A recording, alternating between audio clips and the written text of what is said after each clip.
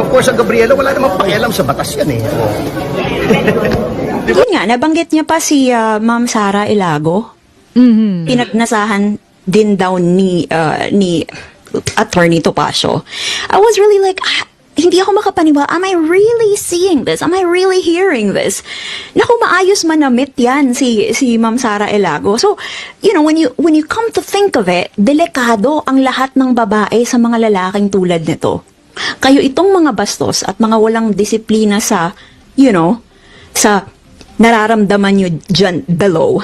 Pero babae pa din ang sinisisi. Sa pananamit pa din ang sisi. Maraming biktima, gaya ng sabi ni Miss Maan, maraming biktima ng karahasan o pambabastos, naka-school uniform, naka-pajama, sweatpants, jeans.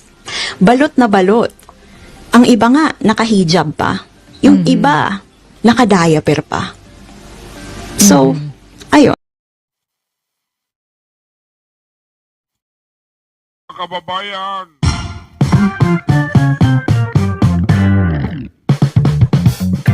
Okay, mga kababayan, Leberite, Lovely Granada po. Delikado raw po tayo sa mga tulad ni Atty. Topacio. Delikado daw po ang mga kababahihan. Sa tulad ni Atty. Topacio. Ayon kay Lovely, mga kababayan, si Representative Sara Ilago, pag nanamit po yan wala man nakalitaw na cleavage. Maayos daw manamit. Bakit pati naman ito na paghilitan nabanggit ni Atty. Topacio, mga kababayan? Sabi ni Atty. Topacio, naamoy niya raw anong nagtungo siya sa kamera. Naamoy lang Naamoy ni Atty. Topacio si Ilago, mga kababayan. Ayun, pinagnanasaan na raw niya. Alam niyo, mga kababayan, may sagot po si Atty. Topacio ngayong araw lang, mga kababayan, dito sa sinasabi ng Gabriela, dahil may balak po sila kasampahan ng kaso itong si Atty. Topacio ngayong araw. Pero ang bagong update po, nag-file na po. Pero bago po yan, pakinggan po muna natin itong sinabi ni Atty. Topacio. Si Atty. Topacio po kasi nasa NBI po ngayon. Sila man yung sinasabi lang 18 Marines kasama si Mike Defensor para suportahan itong mga 18 Marines. Kaya natanong siya ng mga reporter kung anong masasabi niya. Sabi na balak daw na mag-file, pero nag-file na po. Ang gagawin ng Gabriela. Narito po si Atty. Topacio. Pasok! May plano na mag-file ang Gabriela ng disbarment po laban sa inyo. Ano pong reaction niyo? Alam nyo, kung magpa-file sila, yan pong disbarment sa rules of court, yan po ay confidential. Kaya wag silang announce at baka sila mademanda ko. Kung gagawin nila, gawin na nila. Oo. Baka sila ang mademanda nyo sa inyo. Hindi kasi, yung disbarment, pag nagpa-file ka, yan ay dapat confidential. Of course, ang Gabriela, wala namang pakialam sa batas yan eh. Oh. Di ba? Oh. Of course, ang Gabriela, wala namang pakialam sa batas yan eh. Oh. Di ba?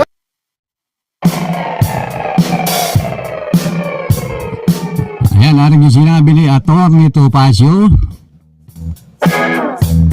doon sa Gabriela. Mag-file kayo kung gusto nyo mag-file.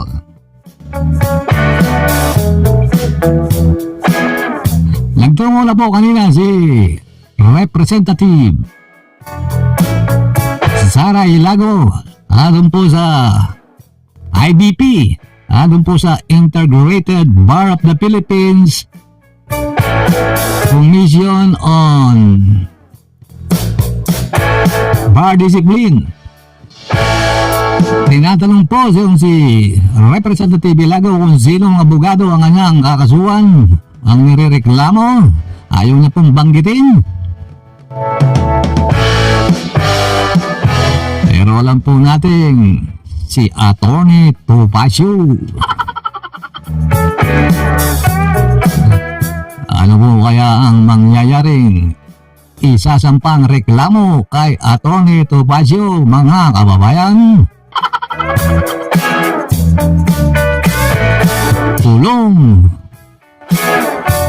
o wala lang?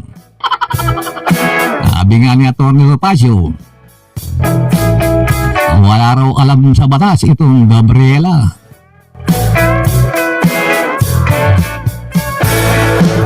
Kung gusto niya mag-file ng kaso kay Atty. Topacio, wala raw siyang pakialam, sabi niya, mga kababayan.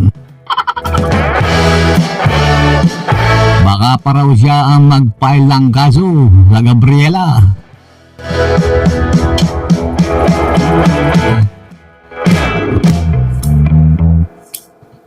Makikita niyo mga kababayan, nagtungo po kanina si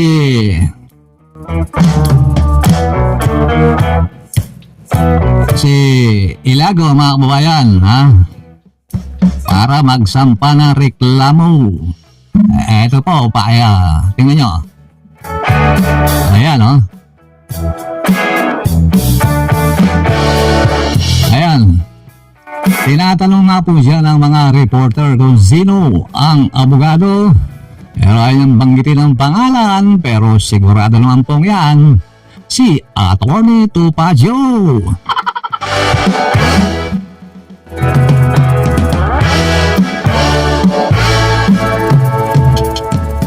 Alam mo, napagaling ni Atty. Topacio, mga kababayan. Hindi ka man sinasabing angayin niyo si Atty. Topacio, pero itong abogadong ito, mga kababayan, hinati niya yung atensyon, mga kababayan, ha, sa halip na kay Ann Curtis, ha, matutuon yung atensyon ng mga media, social media, para pag-usapan, ha, para madikdik ito sa sunday. Bumanggit po siya ng isang pangalan para mabaling ang atensyon, para mahati. Nakita niyo naman si Representative Sara Ilago naman, ang palaging laman ng social media, mga kababayan.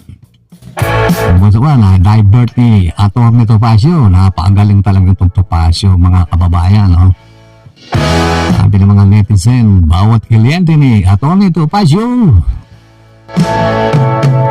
nahihimas rehas kulong. Abangan po natin kung ano mangyayari doon sa sinampang reklamo ng Gabriela. Pero pa yung ibang nagsasampa ng kaso sa kanya. Ewan ko si yung kapatid ni Ann Curtis, kung nagsampa na ng kaso. Kung magagaya ba si Atty. Topacio kay Larry Gadon, yung palaging sumisigaw ng ob-ob, ganun. Ngayon, disbar na. Bakit siko nga pala, mga kababayan? Si Larry Gadon, napakabilis. Napakabilis ng desisyon. Na-disbar agad. Alam mo, pinagkakaiba ng mga ganun. Kaya makatagal talaga, mga kababayan. Ginagawa ng desisyon. Itong mga sinasampang disbarment case sa mga abogadong inaakala nilang lumalagpas na sa kanilang mga tuntunin, mga kababayan.